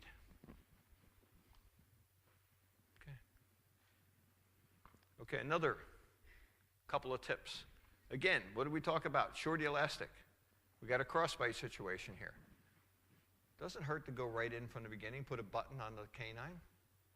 Just get in there and start putting your shorty elastic where you need it, where you're going to be most efficient with it. All right, you take a look how that starts to correct. 4 months, second visit back. Look from this side. Here's your shorty elastic. It's just a simple crossbite on one tooth. She's class 1. I didn't need a class 2. I didn't need a class 3 shorty. Just one shorty crossbite. Okay? Another tip, light rotation chain under the wire. And when I say light, be light. Right? What do you see here? I'm attached to the bicuspid. I'm attached to this bicuspid under the wire, and there's a skip. There's an extra link in there. Then plus, we stretch it because you don't need a lot of force on these teeth. It's so simple to do in one visit, right? We're back. Look at this. That rotation is out, and I can move into my 1425 without forcing it in. Okay. And there's the buttons. Take advantage of those things. Use your shorty elastics. Like I said, there's no science to them. Just put them where your case needs it. Look at it, analyze it. Say, okay, this is where I need it. I need to help the teeth. Remember I showed you the other day where we're trying to lift molars up with the vertical elastic or lift bicuspids up. Help them level faster. with light force. Okay? So a segmented wire, do not cross here in these light wires. Now, I don't cross a span like this till 016 or 018. Never do it in 013 or 4, because it's just going to come out. You're just going to have an emergency. But you can jump start that correction and get to the 1425 with no trouble because you've done some mechanics under the arch wire. Very easy thing to do. Very efficient thing to do. And again, clear brackets, no issue. Once you're coupled, you can chain. If you elect to chain on top, which you know you can't do on the clear brackets, right? You ask your staff to chain on top of clear brackets, they're going to hate you. It's hard to do, right? But clear and rotations just need the offsets. Offset those brackets, they'll never be an issue because you're going to be guaranteed a couple. Okay? There's your V, there's your wedge. To fix this one bicuspid, right? Right here. What's your choice? Repo the bracket, okay, or step it down. And that's what I did. We stepped it down. One detail bend, the entire arch wire. We talked about positioning the brackets.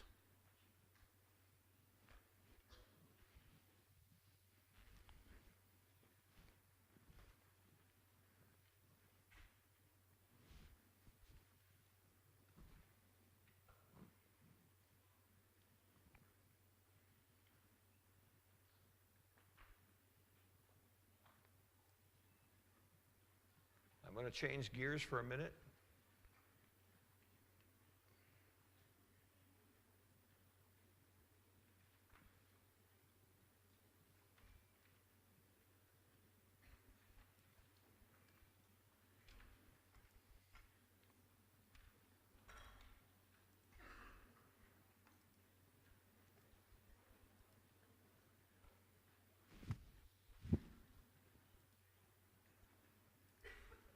Okay. So we're going to finish with Stephanie today. She's another class 3, and I want to show you one of these class 3s. And I had some issues with it. This is a case treated at university. All right. So Stephanie she comes in again to university with 2 opinions for surgery. She's seen by a colleague of mine and asked me to take a look at this case and see what we could do with it. All right. So let's take a look at Stephanie. This will be our final case. She's 16 and a half, okay, essentially a non-growing female. She's class 3, 2 opinions for surgery. She was screened in the orthodontic department. She was also assigned to surgery, okay? However, one of my colleagues saw her, and he happened to be at the symposium that I lectured at, and he brought the patient in for me to evaluate and see if there's a possibility that she would fit the criterion that I laid out for non-surgical treatment. Take a look at her numbers. Width is 8.9. The A and B is 3, minus 3, isn't it? Yep. Minus 3.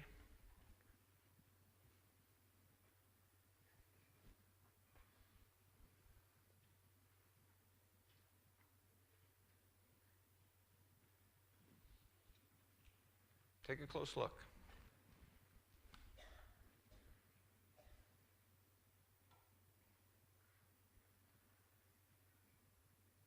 What do you do?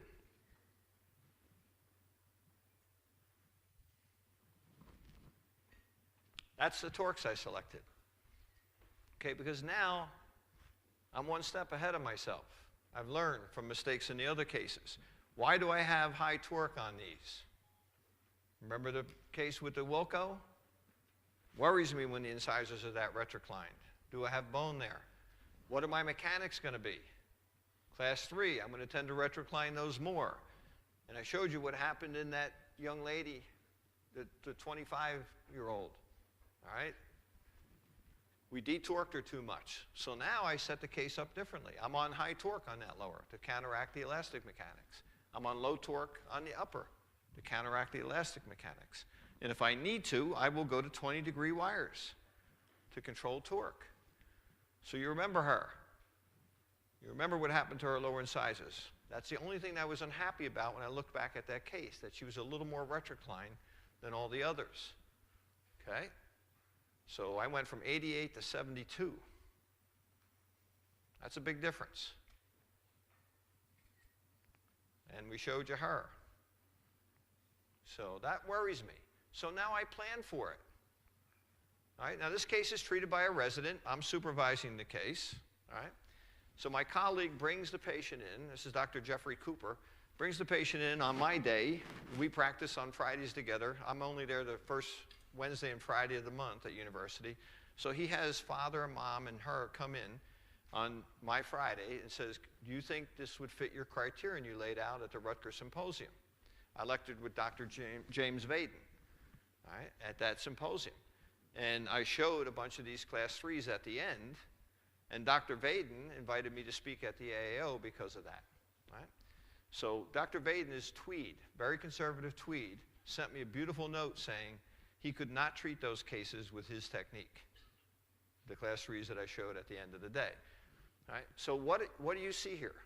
You see the brackets? These are low torque flipped over. All right, so now I have high torque on the incisors.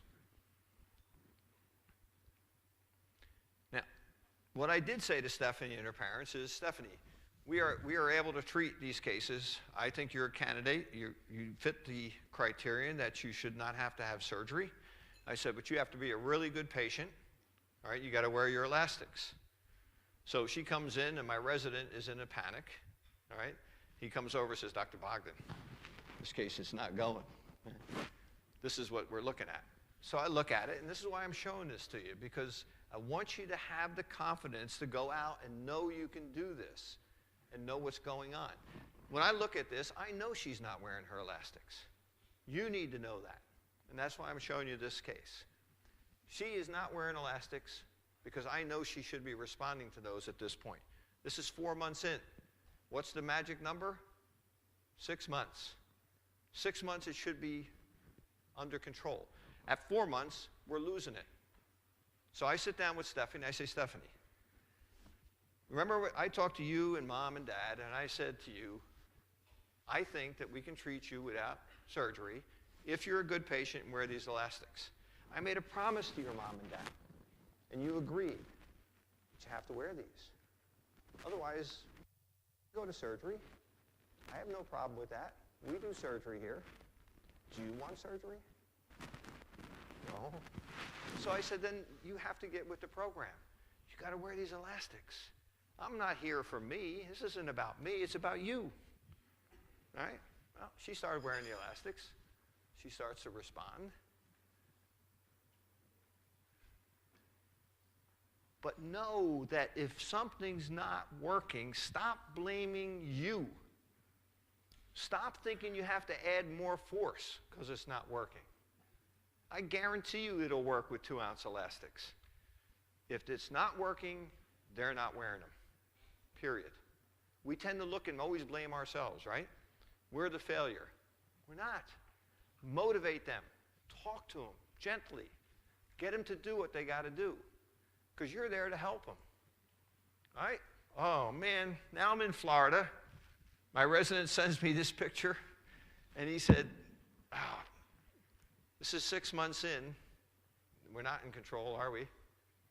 He sends me a photo, selfie, right, that he photo he took on his phone, said, Doc, he said, the teeth are spacing.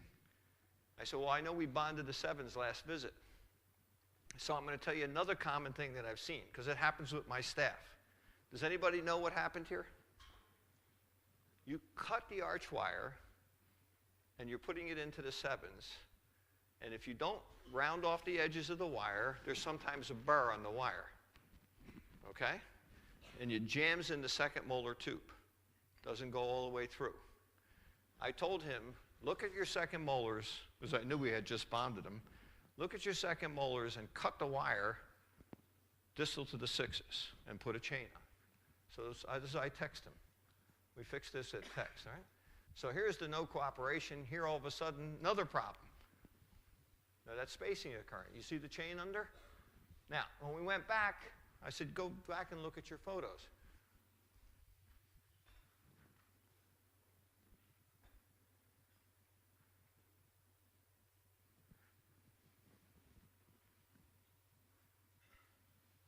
See it? See, can you see the little bend in that wire? There's your spring. Doesn't take a lot in passive self-ligation. The wire's jammed in the 7. The wire's bent. I told him, cut it. He didn't even get the door closed all the way. I said, cut the wire out of the 7s. Wait, and then bring her in when I come back, because I'm only there the first Wednesday and Friday. Let's look at it when we get back. But I said, I've seen this happen in my office a ton of times. Class 2 cases, Class 3 cases. Staff puts the arch wire in. They're not careful. They push it into the 7s. I tell them they're supposed to look and make sure the wire goes all the way through. I've had this happen with a patient, too. We put the wire into the 7s. We've checked. The wire's all the way through, because I always go back and look at the photos. I said, did you have, at a patient, the same thing. It was a Class 2 patient. The patient, the incisors dumped like this. So I asked her, I said, did you notice any pain in that tooth on that side where, because the wire was jammed in the tube, and our photo showed it was through? Yeah, she said about 2 weeks ago. I said, well, what were you doing? She said, I was eating peanuts. So she bit on a peanut, and she flexed the wire back into the tube, and it jammed. Okay? So when you see anterior spacing like this for inexplicable reasons, it's usually the wire in the 7s that is jammed. And it can be from a peanut, or it can be from a staff not getting the wire all the way through. But again, I'm showing you this because these are mistakes that you don't have to make, and you will not recognize. I've seen it so many times because I've been doing this for 20 years, and it happens quite often, actually. So, but now you know when you see it what to do. Get that wire out of the 7s. All right, that was the issue right here. That little flex in the wire. You don't see it on this side. All right, but that wire was jammed. Okay. So it took 9 months to get her under control. She's the only exception to the 6-month rule I told you about. But I'm showing you this as the last case because I want to impress upon you that everything that we do doesn't always fall into place, does it? There are always little things that can go wrong, right? So I want to make sure that you understand when little things go wrong, what's happening and how you fix it. Okay. We're back under control, 12 months. Positive set, wire, positive torque in the brackets. We had a repo. We did our repos late in this case because we had so many problems. So again, we got a chain under. We're controlling our, and again, anytime you have positive torque, by the way, on there, make sure if you put a set wire in there and you have positive torque, you need to chain under to control that. Don't forget that because your teeth are just going to flare in space. So you must control it with a chain, okay? When you got 20 degrees, plus here we got minus 11, right? Flipped over to plus 11, and we've had 20, right? So, chain.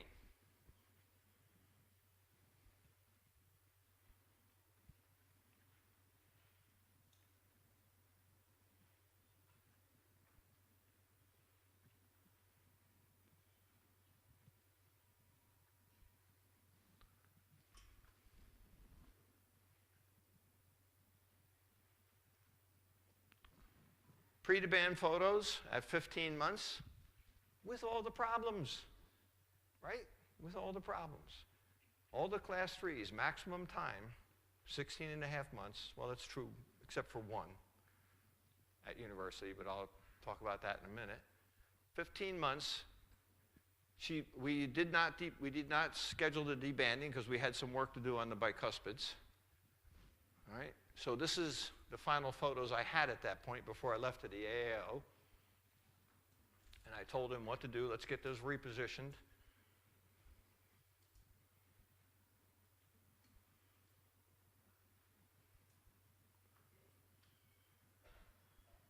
And this was part of my AAO presentation. So I showed a series of class 3s.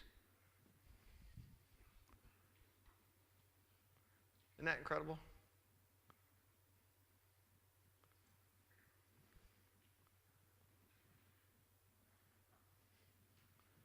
And this is the only class 3. Look at the widths, it's reduced, right? The only class 3 where the incisor actually ended up with more torque. Here are the numbers. Went from 77 to 80. So I would tell you, don't be afraid to put the positive torque on those lower incisors, knowing you're going to use that type of mechanics. But stay with your 2-ounce elastics. We never left a 2-ounce elastic in her case. Okay? That's what changes the bone and teeth. That's the only conclusion I can come to. Can I give you science? Can I give you EBO? Evidence-based? No. But I certainly know what I'm looking at. And I've traced enough cephs to know what's going on. The EBO is not evidence-based. It's experience-based. All right? Looking at these, and that's why I decided to put high torque on it, because I learned from the other cases. I don't want to detorque. I don't want to take the risk of a perio issue for that patient long-term on the lower incisors from other cases at university. Right? So we went from 77.2 to 79.6 because this time I was smart enough to use positive torque or more positive torque on the lower.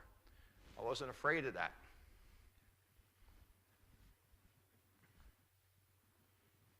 Plus 2.4 degrees with class 3 mechanics. And a host of problems, right? And it still treats out. Final ceph.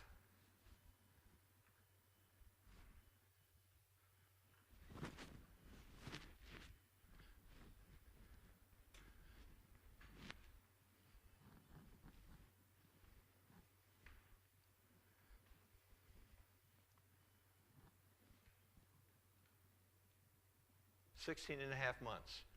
April 7th. He sent me these in San Diego.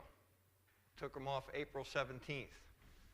He had another professor check. They said, okay, let's debond her. So he sent me these photos. She's 17. Beautiful result.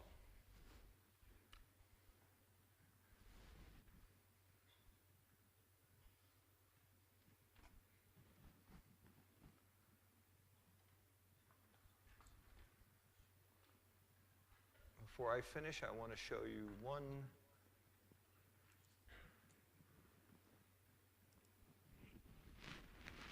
Okay, so there were common case characteristics in all these cases. The class 3s that responded in these cases to non-surgical treatment all have certain criteria.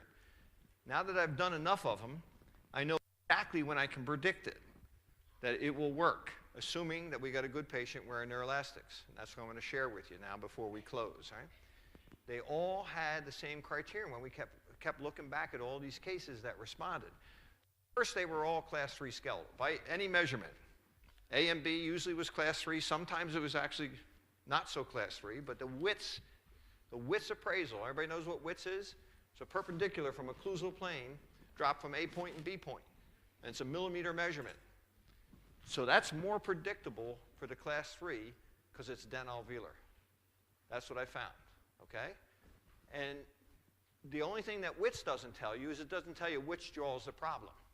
It just gives you a millimeter measurement that it's class 3 or class 2, okay?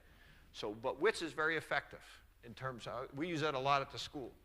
They're all class 3 dental. You saw that. You saw that, you saw the cephs, you saw the dentitions. They all had class 1 faces. Did you notice that?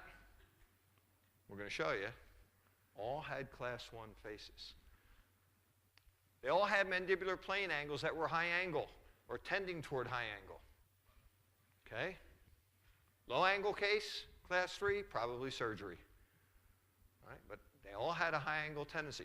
What does a high angle do in a class 3? It keeps taking the mandible back, right? So cosmetically, the face is class 1, right? High angle, the chin disappears back. So that's why they're class 1 faces. They all had open bite tendencies. Don't be afraid of it. They all treated non-extraction. They had shortened treatment times, 16 months. And they all responded to dental alveolar modeling versus dental compensation. You did not see excessive retroclination of lower incisors. You did not see excessive proclination of upper incisors. This is your Lena. Class 3 skeletal, Class 3 dental, Class 1 face.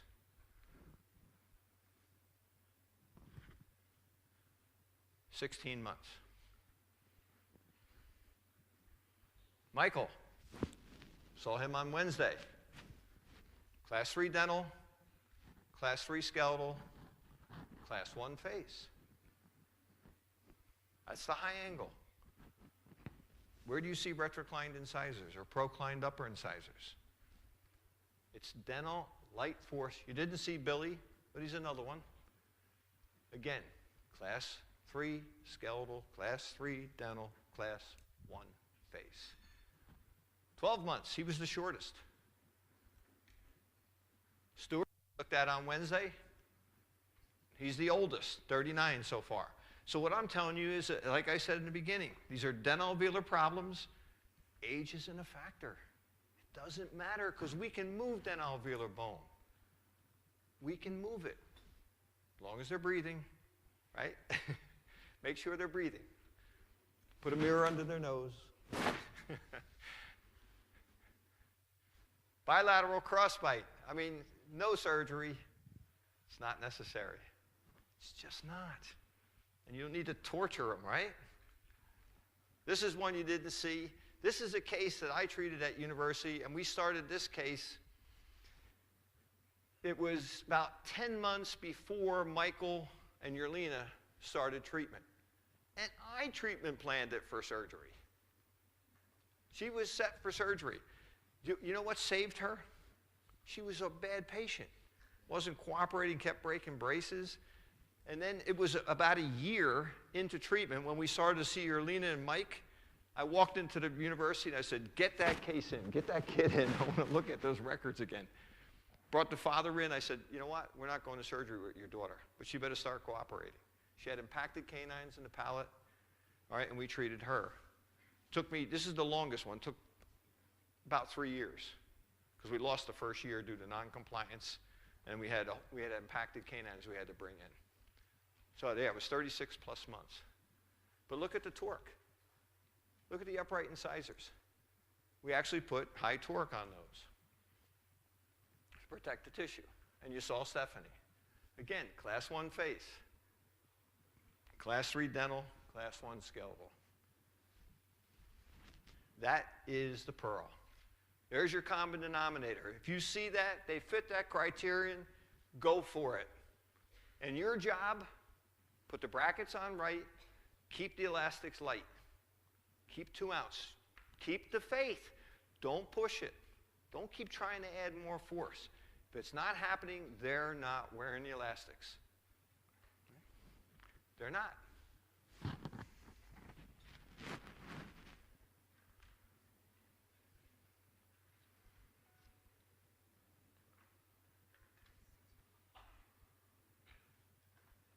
Uh-oh. Okay, here we go. Last thing I want to show you. Well, next to the last thing. I've got like 5 minutes. All right, I just want to give you an idea of what's actually going on. How was this Class 3 corrected? I want you to take a look at the superimpositions. This is the young lady that took 3 years plus. Had the impacted canines, you can see that. All right, so what happened to A point, B point? All right, so there's the superimposition. You see the mandible swung open a little bit. That keeps the Class 3 under bay. Okay. Upper incisors definitely move forward. Look at A point. Move way forward in this case because we had impacted canines. We had to make room for those canines, right? So that may be a little bit exaggerated compared to the average, all right? That's a huge A point move. But again, impacted canines. We had to open up space for the canines. That's why she took longer than the rest, plus the cooperation. Look at the torque on the lower incisors. Pay attention to that. You do not want to retrocline these teeth. You want positive torque on them. Don't be afraid of it because it's Class 3. Don't be afraid of it. The occlusal plane change is huge. Every single one of them had this occlusal plane change. Big time. Okay? That's part of the correction. This is not skeletal. The mandibular plane angles did not change significantly, but they all had significant occlusal plane changes. Okay.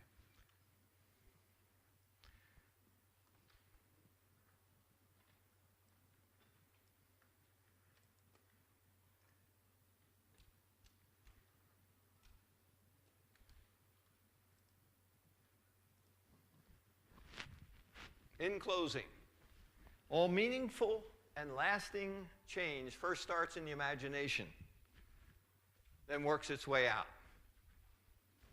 Imagination is more important than knowledge. Chris, you know who said that, right? Albert Einstein. Albert Einstein, one of the greatest scientists that ever lived on the face of the earth, right? He knew that if you didn't think outside the box, you'd never go anywhere. He took chances. Why can't we? Okay? It makes a difference. It's a huge difference for our patients, for us. Huge. Imagine that for her. Thank you so much.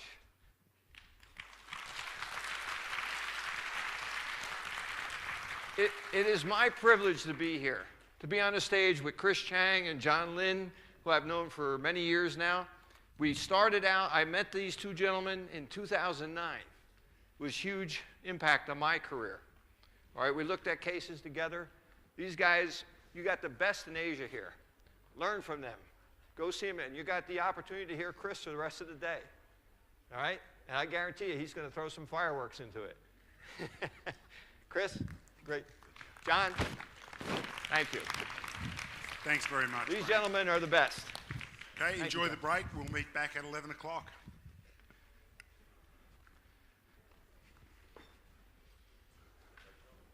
Thank you. Try and get him motivated, right?